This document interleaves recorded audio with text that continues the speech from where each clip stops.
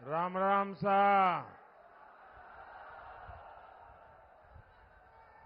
नवरात्रि के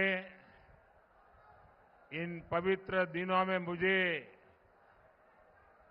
कैला मैया के चरणों में प्रणाम करने का अवसर मिला है। मैं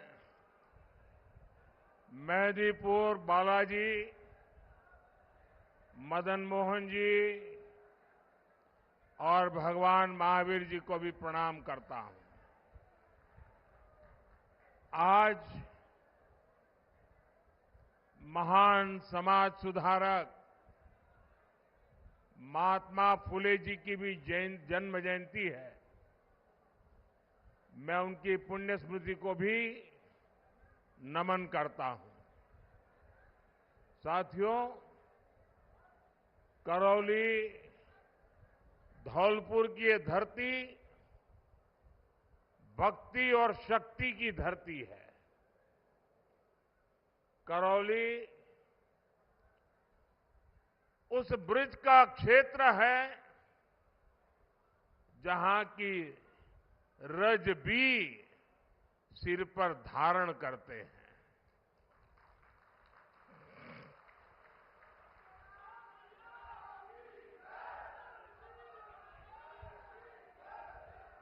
यहां आपका ये आशीर्वाद,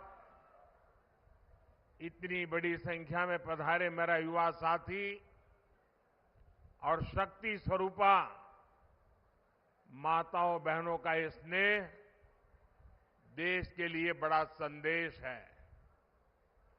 4 जून को क्या परिणाम होगा वो आज करौली में स्पष्ट दिख रहा है।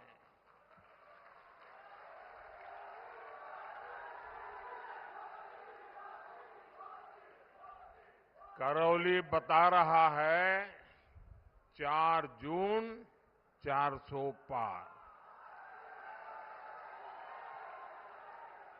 4 जून 4 जून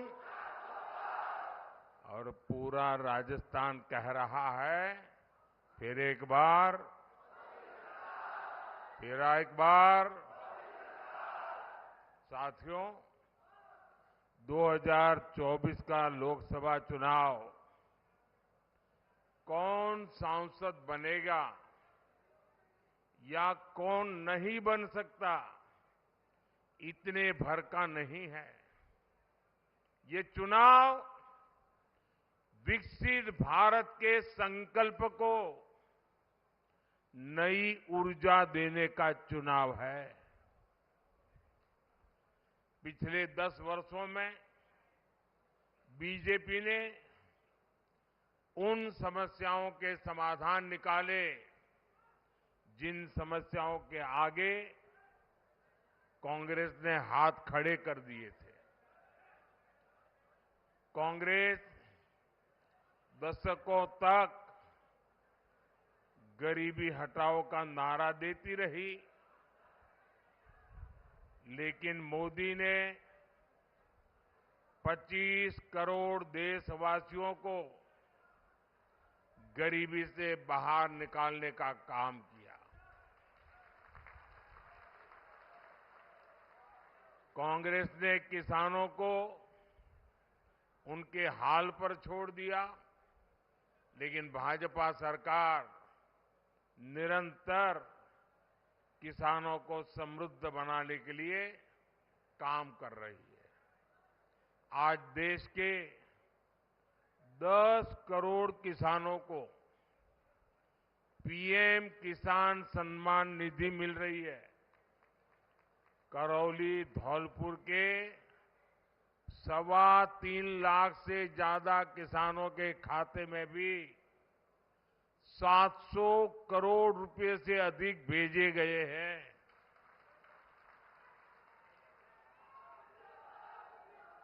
पहली बार किसी सरकार ने पशुधन की भी इतनी चिंता की है। करौली में 80,000 से ज्यादा किसानों के पशुधन को खुरपका मुंहपका के 1.5 लाख से ज्यादा टीके मोदी सरकार ने लगवाए हैं। जब कोरोना में मुफ्त में टीके लगवाए तो चारों तरफ वाहवाही होती थी, लेकिन आपको जानकर के खुशी होगी कि पशुओं का भी मुफ्त टीकाकरण का अभियान हजारों करोड़ रुपए खर्च करके किया जा रहा है। ये हमारा राजस्थान, ये तो मोटे अनाज जैसा बाजरा, ज्वार, सावा, कोदो, कुटकी जैसे श्री अन्न की पैदावार में सबसे आगे है। पहले मोटे अनाज पैदा करने वाले हमारे किसान भाई बहनों को कोई पूछता नहीं था। हमने मिलेट मिशन चलाया और हमने दुनिया को समझाया ये हमारा जो मोटा अनाज है ना, ये सुपर फूड है, सुपर फूड।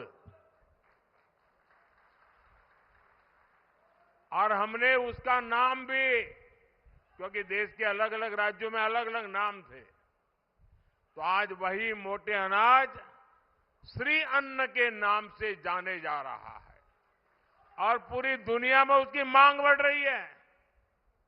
आपको जानकर खुशी होगी,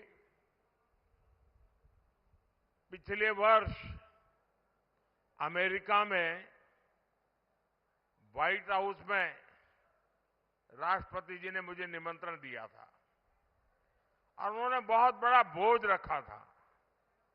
और आपको जानकर के खुशी होगी, उस भोज में सब कुछ वेजिटेरियन था। इतना ही नहीं, उसमें हमारा मोटा अनाज था।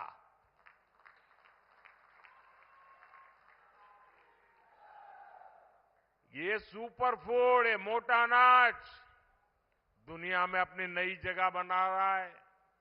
इससे राजस्थान के किसानों को बहुत बड़ा लाभ होने वाला है।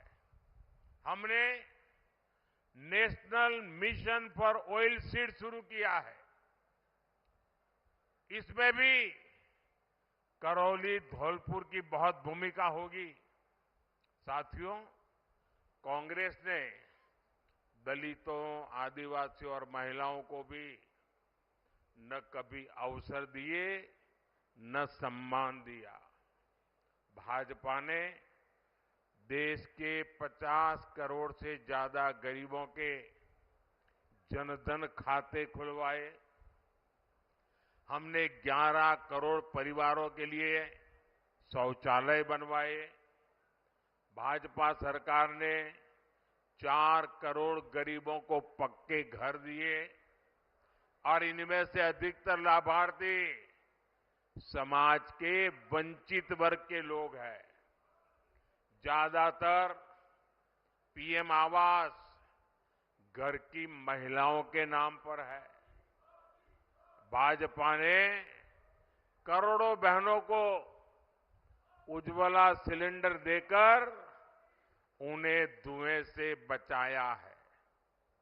अब हम देश में 3 करोड़ लखपति दीदी बनाने के लिए काम कर रहे हैं।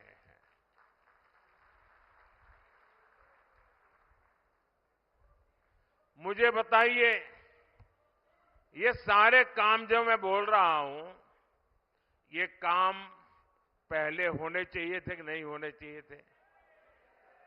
देश आजाद होने के तुरंत बाद ये काम पूरे करने चाहिए थे कि नहीं करने चाहिए थे? ये काम भी नहीं किया इन्होंने। ये काम भी मुझे करना पड़ रहा है।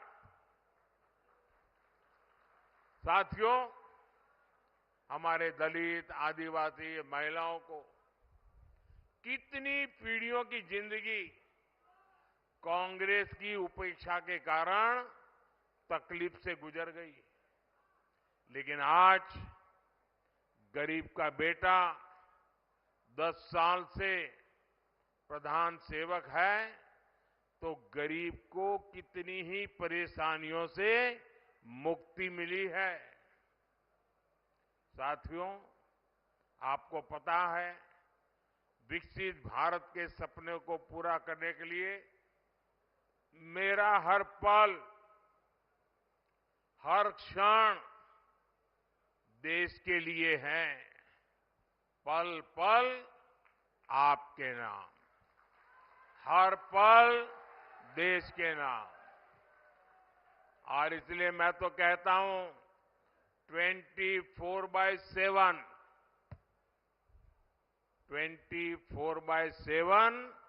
फॉर 2047। साथियों, जो लोग हमारा घोर विरोध करते हैं, ये परिवारवाद और भ्रष्टाचार के दलदल में डूबी कांग्रेस जनता की मजबूरियों में मुनाफा खोजती है। राजस्थान में पानी के संकट को बड़ा बनाने वाली कांग्रेस ही है। केंद्र सरकार ने हर घर पानी पहुंचाने के लिए जल जीवन मिशन शुरू किया, उसमें भी कांग्रेस ने भ्रष्टाचार किया। आज हमारे प्रयासों से करौली धौलपुर के 1.5 लाख घरों में पानी पहुंचा है।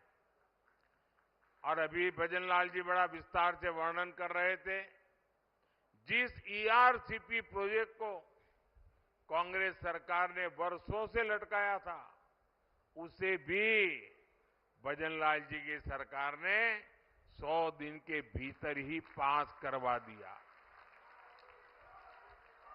और इसका बड़ा लाभ करौली धौलपुर को मिलेगा। हरियाणा के साथ हुए समझौते से राजस्थान ने कई जिलों तक पानी पहुंचेगा। और मैं आपको बताना चाहता हूं, ये संभव इसलिए हुआ क्योंकि हरियाणा में भी बीजेपी की सरकार है और राजस्थान में अब बीजेपी की सरकार लाए, तो हमने मिलजुल करके रास्ता निकाला। केंद्र में भी हम बैठे थे। आपको याद होगा, हिंदुस्तान में बहुत सारे राज्य हैं जो पड़ोसी राज्य के साथ पानी के मुद्दे पर पिछले 30 40 साल से लड़ाई चल रही है। और वो पानी समंदर में जा रहा है, लड़ाई चल रही है। मुझे याद है, गुजरात में नर्मदा योजना, हमने कैनाल बनाई और बिना कोई झगड़ा, बिना कोई मनमुटाव गुजरात ने राजस्थान को जो पानी मिलना चाहिए वो कैनाल बनते ही पानी देना शुरू कर दिया। और गुजरात से सटे हुए जो जिले हैं वहां पानी पहुंच गया। और मुझे याद है, उस समय बड़ोसी शेखावत जसवंत सिंह जी गुजरात आए थे, मैं मुख्यमंत्री था, और उन्होंने मेरी बहुत बधाई की, बहुत अभिनंदन किया। मैंने कहा क्या है, आप तो मुझसे बड़े हैं। बोले जी, पानी देना एक कितनी बड़ी बात होती है और आपने पानी पहुंचाया है, राजस्थान कभी भी आपको भूलेगा नहीं। ये शब्द उस दिन थे। मैं गुजरात से आता हूं, पानी की दिक्कत क्या होती है मैं भली भांति समझता हूं। राजस्थान पानी की कैसी मुसीबतों से गुजरता है मैं भली भांति समझता हूं। और इसलिए समस्या का समाधान खोजने के लिए कोई न कोई रास्ते खोजते रहते हैं। हम हाथ जोड़ करके बैठे नहीं रहते।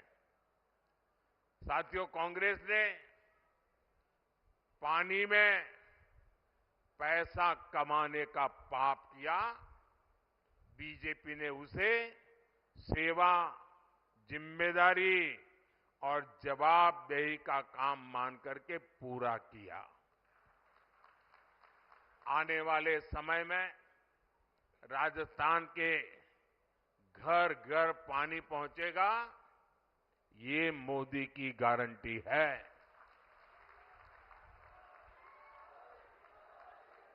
आपके सपने ही मेरा संकल्प है। साथियों, आप लोग मुझे भली भांति जानते हैं। इतने साल हो गए, मेरी जिंदगी को भी करीबी से जानते हैं। आपने मैं कैसे काम कर रहा हूं सब देखा है। आप सब ये जानते हैं कि मोदी आराम करने के लिए पैदा नहीं हुआ है, न ही मोदी मौज करने के लिए पैदा हुआ है। मोदी मेहनत करता है क्योंकि मोदी के लक्ष्य बहुत बड़े हैं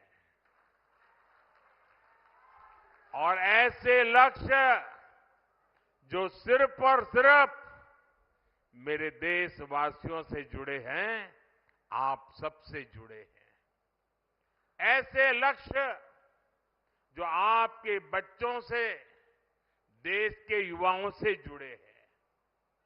जबकि साथियों, कांग्रेस ऐसी पार्टी है जिसने युवाओं की नौकरी में भी लूट के मौके तलाशे हैं। यहां कांग्रेस सरकार के संरक्षण में पेपर लीक इंडस्ट्री खड़ी हो गई। मोदी ने आपको गारंटी दी थी, बीजेपी सरकार आएगी, पेपर लीक माफिया जेल के भीतर दिखाई देंगे। आज मोदी की गारंटी पूरी हुई कि नहीं हुई? मोदी की गारंटी पूरी हुई कि नहीं हुई? आज राजस्थान ही नहीं, पूरे देश में भ्रष्टाचारियों पर कड़ी कार्रवाई हो रही है। इसलिए इंडी अलायंस के लोग मोदी के खिलाफ एकजुट हो रहे हैं। अब मजा देखिए, देश में क्या चल रहा है। एक तरफ मोदी है जो कहता है भ्रष्टाचार हटाओ, और दूसरी तरफ वो लोग हैं जो कहते हैं भ्रष्टाचारी बचाओ। ये सारे लोग जो भ्रष्टाचारियों को बचाने के लिए निकले हैं ना, कान खोल करके सुन ले। मोदी को कितनी भी धमकियां दे दें, भ्रष्टाचारियों को जेल जाना ही पड़ेगा। ये मोदी की गारंटी है।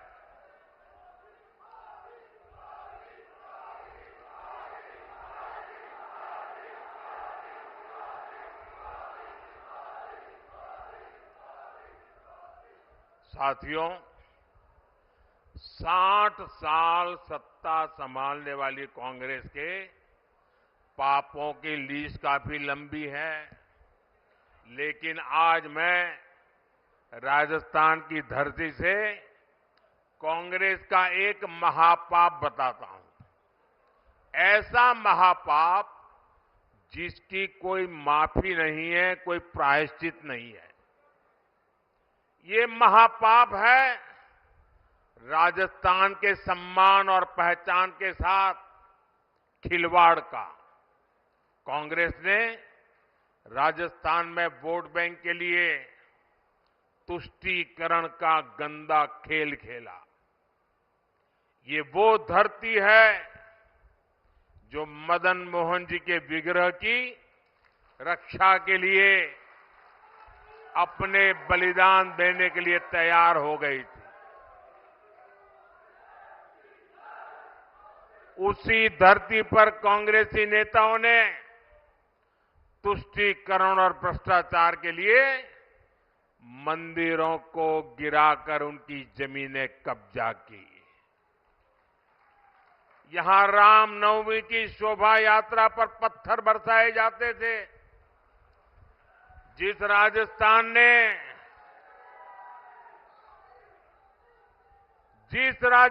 ने धौलपुर ने अयोध्या में 500 साल के इंतजार के बाद बन रहे भव्य राम मंदिर के लिए पत्थर भेजे, उसी राम मंदिर पर कांग्रेस पार्टी के नेता कैसी कैसी भाषा बोल रहे हैं।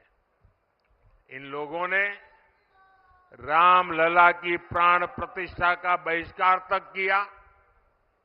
इंडी गठबंधन में इनकी साथी पार्टी सनातन को नष्ट करने की बात करती है और ये कांग्रेस वाले उनके मौन समर्थन में खड़े रहते हैं। साथियों, आप बताओ, कांग्रेस का ये पाप माफी लायक है क्या? ऐसे पाप को माफ किया जा सकता है क्या? इन्हें सजा मिलनी चाहिए कि नहीं मिलनी चाहिए? सजा मिलनी चाहिए कि नहीं मिलनी चाहिए? और इस बार जब आप 19 तारीख को वोट देने जाएं ना, तो बटन दबाते समय बटन ऐसे दबाइए ताकि ये पापियों को सजा देने का आपको संतोष मिले।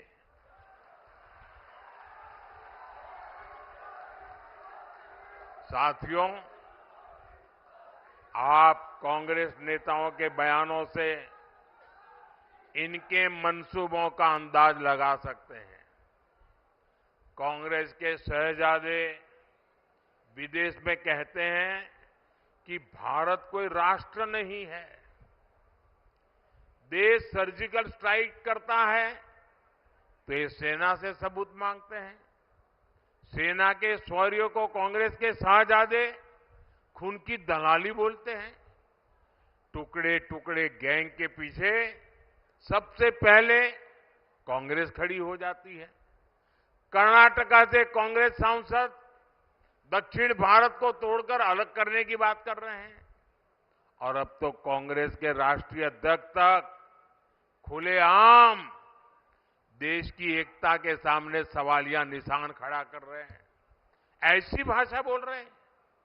ये विदेश की धरती पर जाकर कश्मीर का राग आलापते हैं, लेकिन जब मैं राजस्थान में कश्मीर की बात करता हूं तो ये पूछते हैं, अगर कश्मीर से 370 हट गया तो राजस्थान का क्या वास्ता? ये कांग्रेस अध्यक्ष ने यहां आकर के बोला कि भाई कश्मीर तो दूर है, वहां से 370 हट गया तो इसमें राजस्थान का क्या वास्ता? मैं जरा कांग्रेस पार्टी को बताना चाहता हूं, जरा कान खोल करके सुन लो और आपके नेताओं को भी जरा भेज देना मेरा वीडियो।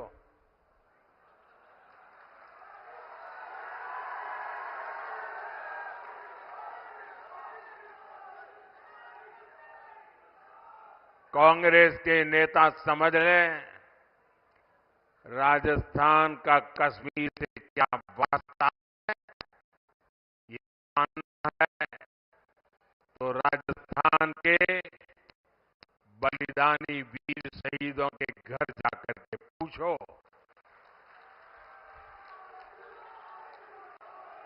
उनके गांव की मिट्टी बताएगी कि राजस्थान का कश्मीर से क्या वास्ता है।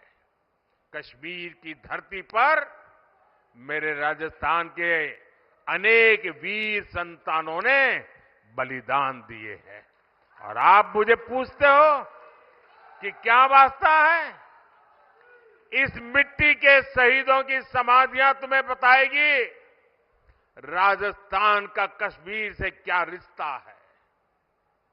सत्ता से दूर होकर इनकी सोच इतनी संकुचित हो गई है कि ये लोग राणा प्रताप की धरती से पूछते हैं कि कश्मीर का बाकी देश से क्या लेना देना।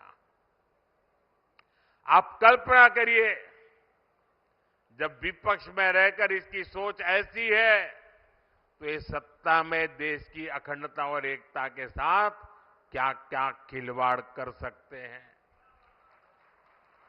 ये यही कांग्रेस है जिसने भारत का एक द्वीप तमिलनाडु के पास कच्चा द्वीपो, एक टापू श्रीलंका को दे दिया था। इस देश विरोधी कुकृत्य को कांग्रेस बेशर्मी से जायज ठहरा रही है। कल ही कांग्रेस के एक बड़े नेता ने कहा है, कच्चा द्वीप जो द्वीप है, कच्चा द्वीपू, वो टापू है, क्या वहां कोई रहता है क्या? रहता नहीं तो क्या दे देनी है क्या? फिर तो ये रेगिस्तान को तुम क्या कहोगे कल? यही कहोगे कोई रहता है क्या? क्या कोई देश की सेवा ऐसे होती है क्या? ये तरीका है क्या?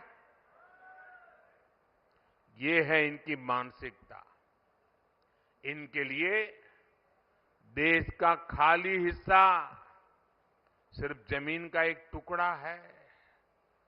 कल ये कांग्रेसी राजस्थान जैसे सीमावर्ती राज्य की खाली जमीन यही कहकर किसी भी देश को दे सकते हैं। कांग्रेस का सिर्फ इतिहास ही खतरनाक नहीं है, बल्कि कांग्रेस के इरादे भी खतरनाक है। साथियों, करौली और धौलपुर में 19 अप्रैल को मतदान है। बीजेपी ने बहन इंदुमती जाटव जी को अपना प्रत्याशी बनाया है। इंदुमती जी के पास अपनी पार्टी के कामों की पहचान है।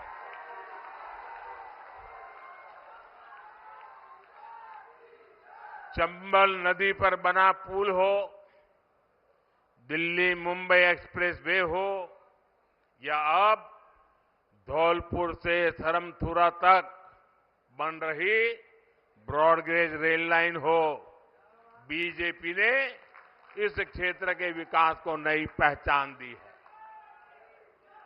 इंदुमती जी करौली धौलपुर में विकास को और तेजी से आगे बढ़ाने के लिए आपकी प्रतिनिधि का काम करेगी, और इसके लिए आपको 19 अप्रैल को गर्मी कितनी क्यों न हो, पहले मतदान फिर जलपान,